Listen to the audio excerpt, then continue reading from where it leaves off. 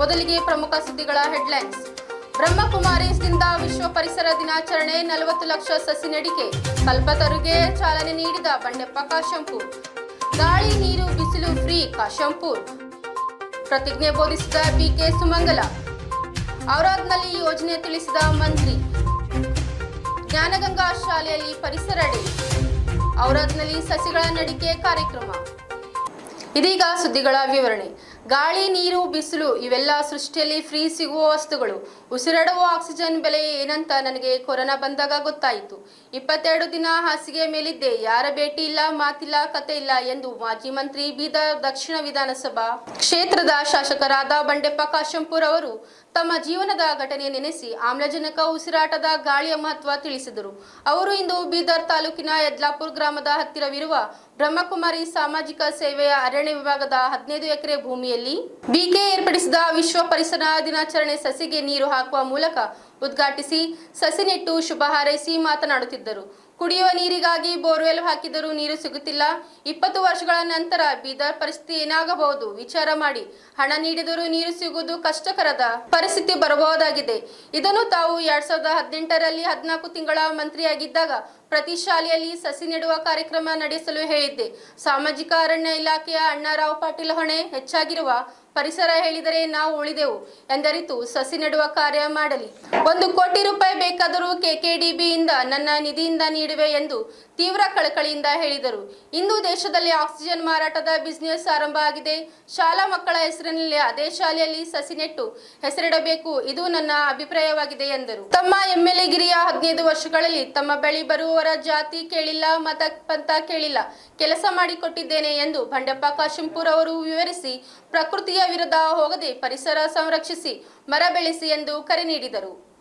ಗಿಡ ಅಂತಂದ್ರೆ ಆಕ್ಸಿಜನ್ ಉತ್ಪಾದನೆ ಮಾಡೋಂತ ಮಷಿನ್ಗಳು. ಆಮೇಲೆ ನಾವು ನೋಡಿದ್ವಿ, हम लोग देखे, मेरे को पकड़ कर ऑक्सीजन जब कोरोना सेकेंड स्टेज आया था, ऑक्सीजन का कीमत क्या है बोल के जब मालूम हो गए. ಏನಂದ್ರಿ ವಾಲಿ ಇಮಾಮರೇ, ನನಗಾರ ಗೊತ್ತಾಗ್ಯದಪ್ಪ. ನಾ 22 दिन दवाखाने भाई जी, मेरे को तो मालूम हो गया. 7 दिन ऑक्सीजन पे था. 1 मिनट अगर जनरेटर पे ऑफ हो गए तो पेशेंट का हालत क्या क्या हो गए. ಏನ್ ಗೌಡ್ರೆ, 1 ಮಿನಿಟ್ ನಾವು ಅಲ್ಲಿ ಮಂಕೊಂದಾಗ ಫಲ ಮೇ ಮಂಕೊಂದಾಗ ಅದೇ ಅಂತಿದ್ದೆವು. ಅವತ್ತು ನಿಜ ಹೇಳ್ತೀನಿ, हॉस्पिटल के पलंग के ऊपर सो गए तो हमको पूरा याद आ गया. सभी हमारे कार्यकर्ता पूरे हर कास्ट के पूरे पूजा कर रहे तो रो देते हम. अकेले कोई मिलना नहीं, कोई जुलना नहीं. उस समय कार्यकर्ता काम में बीवी किसी का ना जात पूछा, ना किसी का पार्टी पूछा, ना कुछ पूछा. जो आता उसका काम करके दे दो, नहीं आया तो चलेगा.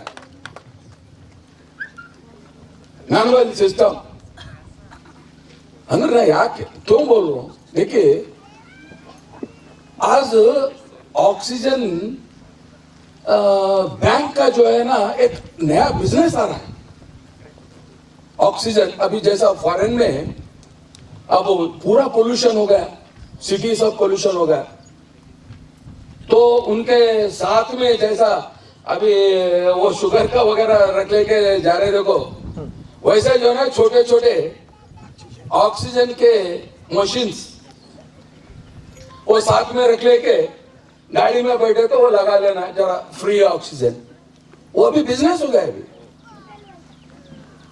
और एक एक सिटी में अच्छे फॉरेस्ट के जैसा करके पैसा लगा के उसमें अगर 1 घंटे फिर के आए अच्छा ऑक्सीजन ले तो इतना पैसा बोल के लगा रही है. नया बिजनेस हो गया.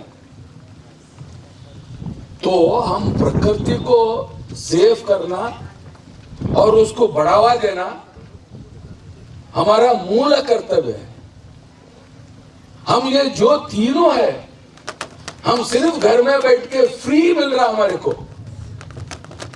को पकड़कर 15-15 मिनट टाइम अगर दिए तो हमारा उम्र भी बढ़ता, और जो है ना हेल्थ भी इंप्रूव होता। ಪ್ರಾಚೀನ ಕಾಲದಲ್ಲಿ ಯಾರು ಕಲ್ಪತರು ವೃಕ್ಷದ ಕೆಳಗೆ ಕುಳಿತು ಏನು ಬೇಕು ಅದನ್ನು ಪಡೆಯುತ್ತಿದ್ದೆವು. ವೃಕ್ಷವು ನಮಗೆ ಉಸಿರಾಡಲು ಶುದ್ಧ ಆಮ್ಲಜನಕ ಗಾಳಿ ನೀಡುತ್ತದೆ, ನೆರಳು, ಹೂವು, ಹಣ್ಣು ನೀಡುತ್ತದೆ. ಹೀಗೆ ಅನೇಕ ತರಹದ ಕೊಡುಗೆ ನೀಡುತ್ತದೆ. ಆದರೆ ಮಾನವರು ಸ್ವಾರ್ಥಕ್ಕಾಗಿ ದುರ್ಬಳಕೆ ಮಾಡುತ್ತಿದ್ದೇವೆ ಎಂದು ರಾಜಯೋಗಿನಿ BK ಸುಮಂಗಲ ದೀದಿ ಅವರು ನುಡಿದರು. ಪಂಚತತ್ವಗಳು ನಮ್ಮಿಂದ ಬಾಡಿಗೆ ಕೇಳುತ್ತಿಲ್ಲ, ಪ್ರಕೃತಿಗೆ ರಕ್ಷಿಸುತ್ತಿಲ್ಲ. ಬಾಲ್ಯದಿಂದಲೇ ಪರಿಸರ ಪಾಠ ಕಲಿಸುವಂತಾಗಬೇಕು ಎಂದವರು. BK ಸಂಸ್ಥೆ ಜೂನ್ 5ರಿಂದ ಆಗಸ್ಟ್ 25ರವರೆಗೆ 40 ಲಕ್ಷ ಸಸಿ ನೆಡುವ ಗುರಿ ಹೊಂದಲಾಗಿದೆ ಎಂದರು. ವಾಕಿಂಗ್ ವೇ ಮತ್ತು ಕಲ್ಪತರು ಯೋಜನೆಯಲ್ಲಿ ತಾವೆಲ್ಲರೂ ಭಾಗವಹಿಸಿ ಸೇವೆ ಮಾಡಬೇಕೆಂದು ಅವರು ಪ್ರತಿಜ್ಞೆ ಬೋಧಿಸಿದರು. ಉಪಾರಣ್ಯ ಸಂರಕ್ಷಣಾಧಿಕಾರಿ ಅಣ್ಣಾರಾವ್ ಪಾಟೀಲ್, ಸಾವಯವ ಕೃಷಿಕ ವೀರಭೂಷಣ ನಂದಗಾಲೆ ಅವರುಗಳು ಮಾತನಾಡಿದರು. CMCಯ AE ರಾಜಶೇಖರ್ ಮಠ, ಹಿರಿಯ ಪತ್ರಕರ್ತ BK ಶಿವಕುಮಾರ್ ವಾಲಿ, ಶಿವಶರಣಪ್ಪ ವಾಲಿ, ಒಂದೇ ಮಾತರಂ ಶಾಲಾ ಸಂಸ್ಥಾಧ್ಯಕ್ಷ ಶಿವರಾಜ್ ಪಾಟೀಲ್ ಐಸಾಪುರ್, ಶಿವಕುಮಾರ್ ತುಂಗಾ ಯದ್ಲಾಪುರ್ ಸಂಯೋಜಕರು ವೇದಿಕೆ ಮೇಲೆ ಉಪಸ್ಥಿತರಿದ್ದರು. ರಾಜಯೋಗಿನಿ BK ಸುನಂದಾ ದೀದಿ ಅವರು ವಿಶ್ವ ಪರಿಸರ ದಿನಾಚರಣೆ ನಿಮಿತ್ತ BK ಸಂಸ್ಥೆ ಕಲ್ಪತರು ಯೋಜನೆ ಗುರಿ ಸಾಧಿಸಬೇಕಿದೆ ಎಂದರು. ಇದೇ ವೇಳೆಗೆ ಎರೆಹುಳುವಿನ ಗೊಬ್ಬರ ತಯಾರಿಸುವ ಘಟಕಕ್ಕೆ ಚಾಲನೆ ನೀಡಲಾಯಿತು. ಕಾರ್ಯಕ್ರಮದ ನಂತರ ಸಸಿಗಳ ನೆಡಿಕೆ ನಡೆಯಿತು. ಪ್ರಾರಂಭದಲ್ಲಿ BK ಪಾರ್ವತಿ ಬೆಹೆಂಜಿ ಸ್ವಾಗತಿಸಿದರು. BK ವರ್ಷ ನಿರೂಪಿಸಿದರು. BK ಮತ್ತು BSNLನ ನಿವೃತ್ತ TDO ಕಾಶಿನಾಥ್ ಕೊಂಡ ವಂದಿಸಿದರು. ಶಾಹೀನ್ ಕಾಲೇಜಿನ ವಿದ್ಯಾರ್ಥಿಗಳು ಸಂತೋಷ್ ಪಾಟೀಲ್, ಬಾಬುದಾನಿ ಶರಣಪ್ಪ, ಬಸವರಾಜ್ ಸೇರಿದಂತೆ ನೂರಾರು ಜನರಿದ್ದರು. कि प्रकृति, सूर्य, चांद, सितारे, अग्नि, जल, वायु, आकाश, पृथ्वी और ये वनस्पति, वृक्ष, ये धरती माता, ये सब कुछ हमारी सेवाएं कई हजारों वर्ष से करते आ रही हैं और इन्होंने कभी हमसे इसका रेंट नहीं पूछा है, इसका टैक्स नहीं लगाया है कि इतना ऑक्सीजन तुमने लिया है तो इसका मंथली टैक्स इतना होता है, ईयरली टैक्स इतना होता है, या फिर इसका मंथली रेंट इतना होता है, मुझे चाहिए। प्रकृति ने कभी ये भी नहीं कहा है कि मैं तुमसे नाराज हूँ, तुम मुझे मेरा सम्मान और मेरी रेस्पेक्ट नहीं रख पाए हैं तो मैं आपसे नाराज हूँ। प्रकृति आपस में एक दूसरे के साथ जुड़ी हुई है। सूरज प्रकृति के साथ जुड़े हुए हैं, पृथ्वी प्रकृति के साथ जुड़ी हुई है, तो साथ साथ हवा, पानी सब प्रकृति के साथ जुड़ा हुआ है। तो जहाँ प्रकृति हेल्दी है वहां पर पांचों तत्व भी हेल्दी और साथ साथ मानव भी, मनुष्य का शरीर भी हेल्दी है। आज हम देखते हैं जैसे जैसे मानव में मन का पोल्यूशन बढ़ते गया है वैसे वैसे उसने प्रकृति को भी पोल्यूटेट कर दिया है। हम इतने ज्यादा कमाने में और इतने ज्यादा मटेरियलिस्टिक हो गए हैं कि जो हमारा बेसिक है, जो हमारा नेचुरल चीज है, जो भगवान से हमको गिफ्ट मिली है, खुदा ने हमको दिया है, ये सूरज, चांद, सितारे और ये प्रकृति, ये पृथ्वी, ये जल, आकाश, वायु, ये सब कुछ भगवान ने हमको फ्री में दिया है। लेकिन हम इतने सारे लोग होते हुए भी इसको संभाल नहीं पा रहे हैं क्योंकि हमारा कहीं और ध्यान है, हम किसी और चीज के लिए जी रहे हैं। लेकिन साथ साथ हमको इसकी भी संभाल करनी है, इसका अवेयरनेस। जब हमको बीमारी आती है, जब हमको लगता है हमारी मौत नजदीक आते जा रही है, अब हम 10-20 साल ही जीने वाले हैं, तब हमको अवेयरनेस आनी शुरू होती है। तो ये अवेयरनेस बचपन से बच्चों के साथ, स्कूल के साथ ही सिखाया जाए तो बहुत अच्छा है। मुझे आज के दिन ये कहने का मन कर रहा है कि हम सभी दिल से इस प्रकृति का सारे पेड़, वृक्ष, पौधे, छोटे बड़े, घास से लेकर हर चीज का हम आज धन्यवाद करें। ಕೇಂದ್ರ ರಾಸಾಯನಿಕ ರಸಗೊಬ್ಬರ ನವೀಕರಿಸಬಹುದಾದ ಇಂಧನ ಖಾತೆಯ ಸಚಿವ ಭಗವಂತ್ ಖೂಬಾ ಅವರು ಇಂದು ಔರಾದ್ಬಿ ಪಟ್ಟಣದ ಕಲ್ಲಪ್ಪ ದೇಶ್ಮುಖ್ ಅವರ ನಿವಾಸಕ್ಕೆ ಭೇಟಿ ನೀಡಿದರು. ಕೇಂದ್ರ ಸರ್ಕಾರದ ಘರ್ ಕೆ ಉಪ್ಪರ್ ಸೋಲಾರ್ ಈ ಸೂಪರ್ ಯೋಜನೆಯ ಮಾಹಿತಿ ನೀಡಿದರು. ಸರ್ಕಾರದ ಯೋಜನೆಯನ್ನ ನಾವು ಮಾನ್ಯ ಸಂಸದರ ಒಂದು ವತಿಯಿಂದ ಆ ಒಂದು ಬಡ ಜನರಿಗೆ ಯಾವ ರೀತಿ ತಲುಪಲಿದೆ ಅಂತಕ್ಕಂಥ ಒಂದು ನಿಟ್ಟಿನಲ್ಲಿ ಅವರ ಒಂದು ಮುಖಾಂತರ ಕೇಳಿಕೊಳ್ಳೋಣ. ಘರ್ ಕೆ ಉಪ್ಪರ್ ಸೋಲಾರ್ ಸೂಪರ್ ಅನ್ನುವಂಥ ತಮ್ಮನ್ನ ಮನೆಗೆ ಬೇಕಾಗಿರುವಂಥ ವಿದ್ಯುತ್ತನ್ನು ತಮ್ಮ ಮನೆಯ ಮೇಲೆ ಛಾವಣಿಯ ಮೇಲೇ ಅಳವಡಿಸಿಕೊಂಡು ನಿರಂತರವಾಗಿ ಪರಿಸರ ಸ್ನೇಹಿ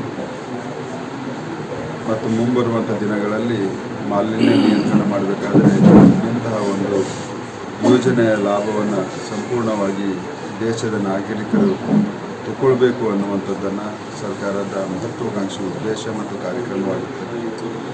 ಹೀಗಾಗಿ ನಿನ್ನೆ ಬೀದರ್ನಲ್ಲಿ ಇಡೀ ಭಾರತದಲ್ಲಿ ಪ್ರಥಮ ಬಾರಿಗೆ ಇದನ್ನು ಲಾಂಚ್ ಮಾಡುವಂಥ ಕಾರ್ಯಕ್ರಮವನ್ನು ಬೀದರ್ದಲ್ಲಿ ಯಶಸ್ವಿಯಾಗಿ ನೆರವೇರಿಸಿದೆ. ಹೀಗಾಗಿ ಬೀದರ ಜಿಲ್ಲೆಯ ಜನತೆಗೆ ಈ ಒಂದು ತಮ್ಮ ಮನೆಗಳ ಮೇಲೆ ಸೋಲಾರನ್ನು ಅಳವಡಿಸಿಕೊಂಡು ತಮ್ಮ ಮನೆಗೆ ಬೇಕಾಗುವಂಥ ವಿದ್ಯುತ್ತನ್ನು ಸ್ವಾವಲಂಬವನ್ನು ಆಗಬೇಕು. ಅದರಿಂದ ತಮ್ಮ ಮನೆಗೆ ಕೂಡ ಉಚಿತವಾಗಿ ವಿದ್ಯುತ್ ಸಿಗ್ತದೆ. ಹೆಚ್ಚುವರಿಯಾಗಿ ಉತ್ಪತ್ತಿಯಾಗಿದ್ದಂಥ ವಿದ್ಯುತ್ತನ್ನು ಕೂಡ ಜೆಸ್ಕಾಂಗಳಿಗೆ ಅಂದರೆ ಸರ್ಕಾರದ ಎಲೆಕ್ಟ್ರಿಸಿಟಿ ಕಂಪನಿಗಳಿಗೆ ಮಾರಿ ಹಣವನ್ನು ಕೊಡುವಂಥ ಗಳಿಕೆ ಮಾಡುವಂಥ ಒಂದು ಉದ್ಯಮ ಕೂಡ ಆಗ್ತದೆ. ಹೀಗಾಗಿ ಈ ನಿಟ್ಟಿನಲ್ಲಿ ಗ್ರಾಹಕರು ಮುತುವರ್ಜಿ ವಹಿಸಿ ಇದನ್ನು ಅಳವಡಿಸ್ಕೊಂಡಿದ್ರೆ ಲಾಭದಾಯಕವಾಗುವಂಥದ್ದು ಇದ್ದೇ ಇದೆ ಅನ್ನುವಂಥದ್ದನ್ನು ಜ್ಞಾನಗಂಗಾ ಪಬ್ಲಿಕ್ ಶಾಲೆಯಲ್ಲಿ ವಿಶ್ವ ಪರಿಸರ ದಿನಾಚರಣೆ ಆಚರಿಸಲಾಯಿತು. ಈ ನಿಮಿತ್ತವಾಗಿ ಪರಿಸರ ಸಂರಕ್ಷಣೆಗಾಗಿ ಸಸಿಗಳನ್ನು ನೆಡಲಾಯಿತು. ಬಿಜೆಪಿ ಯುವ ಮೋರ್ಚಾ ಏರ್ಪಡಿಸಿದ ಕಾರ್ಯಕ್ರಮದಲ್ಲಿ ಮಂಡಲ ಪ್ರಧಾನ ಕಾರ್ಯದರ್ಶಿ ಖಂಡೋಬಾ ಖಂಗಾಟೆ, ಜಿಲ್ಲಾ ಕಾರ್ಯದರ್ಶಿ ಬಸವರಾಜ್ ಹಳ್ಳೆ, ಕಾರ್ಯದರ್ಶಿ ಸಂದೀಪ್ ಪಾಟೀಲ್, ಜ್ಞಾನೇಶ್ವರ್ ಪಾಟೀಲ್, ಶರಣಪ್ಪ ವಲೇಪುರ್, ದಾಮೋದರ್ ಹಂಡೆ, ಮಹಾದೇವ್ ಅಲ್ಮಾಜೆ, ಆರ್.ಕೆ. ಪಾಟೀಲ್, ಯಾದು ಮೇತ್ರೆ ಅವರು ಸೇರಿದಂತೆ ಇತರೆ ಗಣ್ಯರು ಉಪಸ್ಥಿತರಿದ್ದರು. ಪರಿಸರ ದಿನಾಚರಣೆ ಹಾರ್ದಿಕ ಶುಭಾಶಯಗಳನ್ನು ಸಲ್ಲಿಸುತ್ತಾ ಇವತ್ತು ನಮ್ಮ ಔರಾದ್ ಪಟ್ಟಣದ ಅಮರೇಶ್ವರ ಕನ್ಯಾ ಪ್ರೌಢಶಾಲೆಯಲ್ಲಿ ವಿಶ್ವ ಪರಿಸರ ದಿನಾಚರಣೆ ಅಂಗವಾಗಿ ಸಸಿಗಳನ್ನು ನೆಡುವಂಥ ಕಾರ್ಯಕ್ರಮವನ್ನು ಅರಣ್ಯ ಇಲಾಖೆ ಜೊತೆಗೆ ನಮ್ಮ ಪಟ್ಟಣ ಪಂಚಾಯಿತಿ ಸಹಯೋಗದಲ್ಲಿ ನಡೆಸಲಾಗ್ತಾ ಇದೆ.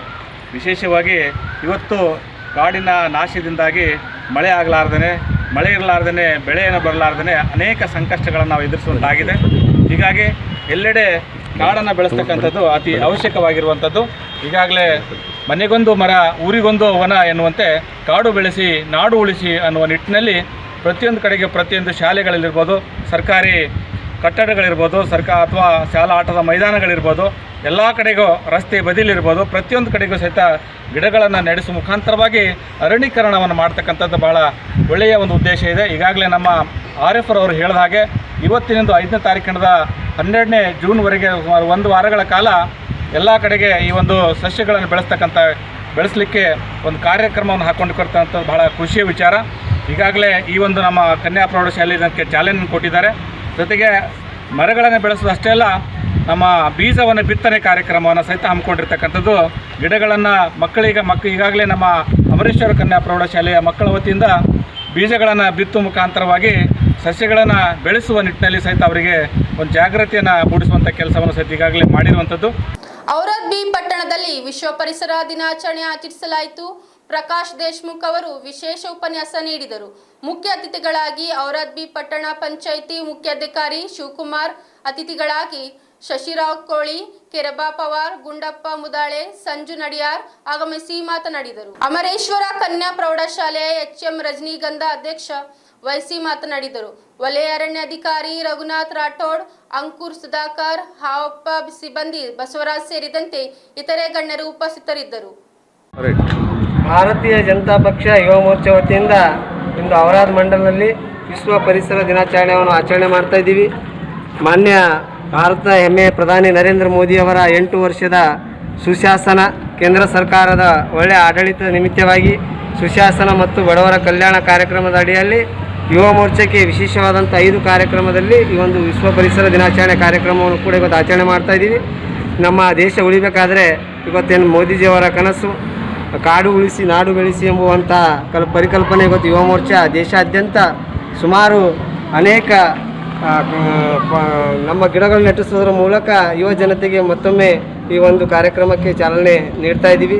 ಈ ಒಂದು ಕಾರ್ಯಕ್ರಮಕ್ಕೆ ಚಾಲನೆ ನೀಡಲು ಆಗಮಿಸಿದಂಥ ಎಲ್ಲ ಯುವ ಮೋರ್ಚಾದ ಕಾರ್ಯಕರ್ತರು ಎಲ್ಲರಿಗೆ ಮತ್ತು ಅಭಿನಂದನೆ ಸಲ್ಲಿಸಿ ನನ್ನ ಮಾತಿಗೆ ವಿರಾಮ ನೀಡುತ್ತೇನೆ. ಬೀದರ್ ಬ್ರಿಮ್ಸ್ನಲ್ಲಿ ವಿಶ್ವ ಪರಿಸರ ದಿನಾಚರಣೆ ಆಚರಿಸಲಾಯಿತು. DS doctor Mahesh Biradar, DS doctor Shivakumar Shetkar ಅವರು ಸಸಿಗಳನ್ನು ನೆಟ್ಟು ಇತರರಿಗೂ ಸಸಿಗಳನ್ನು ನೆಟ್ಟು ಪರಿಸರ ಸಂರಕ್ಷಿಸಲು ಕರೆ ನೀಡಿದರು.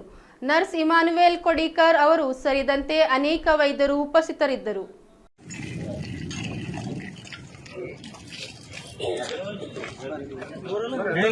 ಬೀದರ್ ಬ್ರಿಮ್ಸ್ನಲ್ಲಿ ವಿಶ್ವ ಪರಿಸರ ದಿನಾಚರಣೆ ಆಚರಿಸಲಾಯಿತು. ದಿನಾಚರಣೆ ನಿಮಿತ್ತವಾಗಿ ಬ್ರಿಮ್ಸ್ ಆವರಣದಲ್ಲಿ ಸೈಕಲ್ ರ್ಯಾಲಿ ನಡೆಸಲಾಯಿತು. ಗಿಡ ಬೆಳೆಸಿ ಪರಿಸರ ಉಳಿಸಿ, ಪರಿಸರ ಉಳಿದರೆ ನಾವು ಉಳಿದೆವು, ಪರಿಸರ ಅಳಿದರೆ ನಾವು ಅಳಿದೆವು ಎಂಬ ಅರಿವು ನೀಡಲಾಯಿತು.